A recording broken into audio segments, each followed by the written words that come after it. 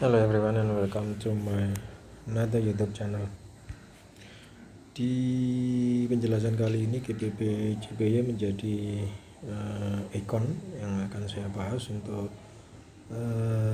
di sesi London London session. Okay. First kita lihat di A4. Let me see in 4 hour. Okay.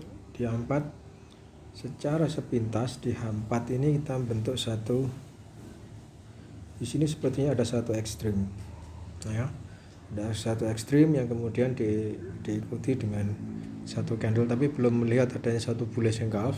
Ya, di sini tidak melihat adanya satu bullish engulf, tetapi di sini melihat ada satu ekstrim. So kalau satu ekstrim, maka kita harus melihat di weekly.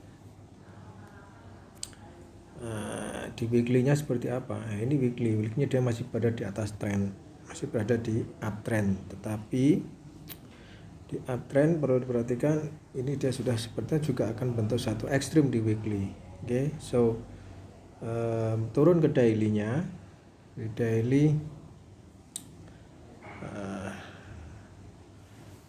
loading chart-nya lemot. Oke, di daily dia masih berada di atas mid PP. Oke, dia masih berada di atas ini, masih berada di atas mid PP, tetapi ini belum ada higher high. Oke, higher high. Jadi masih berpotensi untuk kembali high karena masih belum ada higher high di daily. Oke, itu simpelnya. Sekarang di H4, kalau di sini ada sekarang di A4-nya seperti ini, ya. Kalau saya re-entry di sini, maka saya akan melihat di H1 mesti ekstrim. Nah, dia harus sudah ekstrim. Di H1-nya dia sudah harus ekstrim. Ini dia melihat ada satu ekstrim. Oke. Nah, kalau di H1 ini sebenarnya juga ekstrim sebetulnya, sama. Itu. Tetapi kan dia di break oleh ini kan dia di break oleh candlestick setelahnya. Nah, makanya kita mengambil, kalau kita buy di sini maka kita buy-nya di sini. Kita buy-nya di kalau kita ingin buy, kita buy-nya di area ini. Oke, kemudian di area ini kita buy. Karena ini adalah area bullish engulf. Oke. Nah, itu tadi.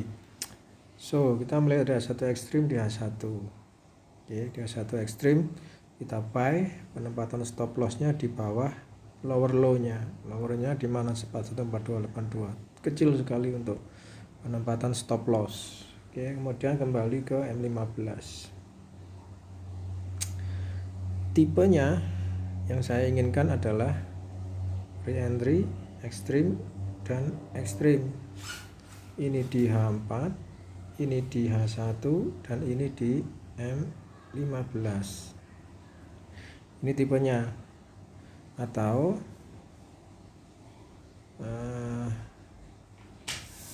akan bentuk satu MLV, market losing volume, market hilang volume, ya. Ini sama di A4, ini di H1, dan ini di M15. Maka di M15 ada dua kemungkinan. Kalau dia tidak ekstrim, maka dia harus MHV itu. Nah, di sini saya melihat adanya satu, dia bisa bilang di sini adalah ekstrim, dia juga bisa bilang di sini adalah MHV, ya, dengan catatan memang amannya itu ketika price dia sudah berada di atas ini sebetulnya. Ini adalah poin yang aman untuk buy, ya. Ketika price sudah berada di atas ini kita bisa buy. Dan harusnya ini pun juga berada di atas 0. Ini kan masih berada di bawah 0. Memang ini unsafe katakanlah, makanya saya tempatkan stop loss yang sangat pendek. Stop lossnya saya tempatkan cukup pendek sekali. Saya hanya tempatkan stop loss ya kira-kira sekitar 20-an. Makanya cukup pendek sekali. Oke, jadi memang paling aman adalah opsi buy-nya di harga ini. Di atas ini kita nanti bisa buy dengan catatan ini sudah harus berada di atas 0. Nah, ini harus berada. Kalau dia sudah di atas 0, maka kita bisa nambah lagi nanti. Oke, kemudian itu selanjutnya memang harus berada di atas MA 200. Ini adalah MA 200. Ini sebagai area. Untuk kita bisa nambah lagi di area ini mungkin bisa. Ya, bisa nambah lagi di MA 200. Itu. Nah, nanti belinya kapan? Belinya nanti di sesi paling enak adalah di sesi US. Sesi US kita buy GBP JPY. Oke, makanya kalau ini stop loss, saya akan melihat aja satu ekstrim area lagi di A1.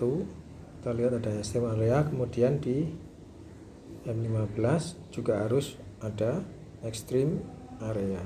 Ini adalah ekstrim area. Oke, itu untuk plannya.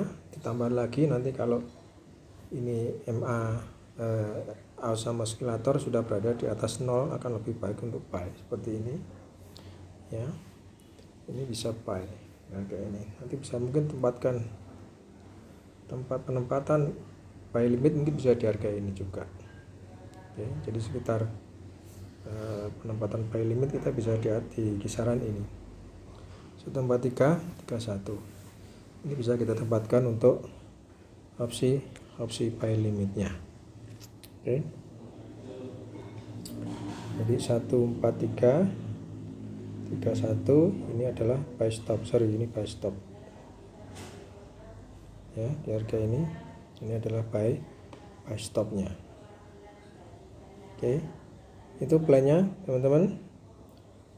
Kalau nanti dia terpaksa ini terkena untuk opsi cut loss, ya kita harus menunggu lagi sampai terbentuk satu ekstrim. Ekstrimnya di mana? Ekstrimnya kalau price itu sudah masuk lagi di dalam cloud.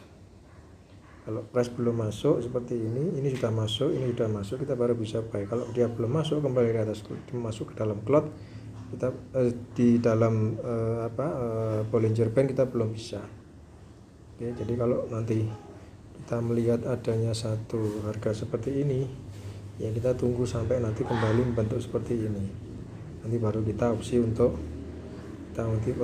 buy. Kalau belum ada, we wait. Oke, itu yang bisa saya sampaikan. Have a nice day. Bye bye. Selamat sore.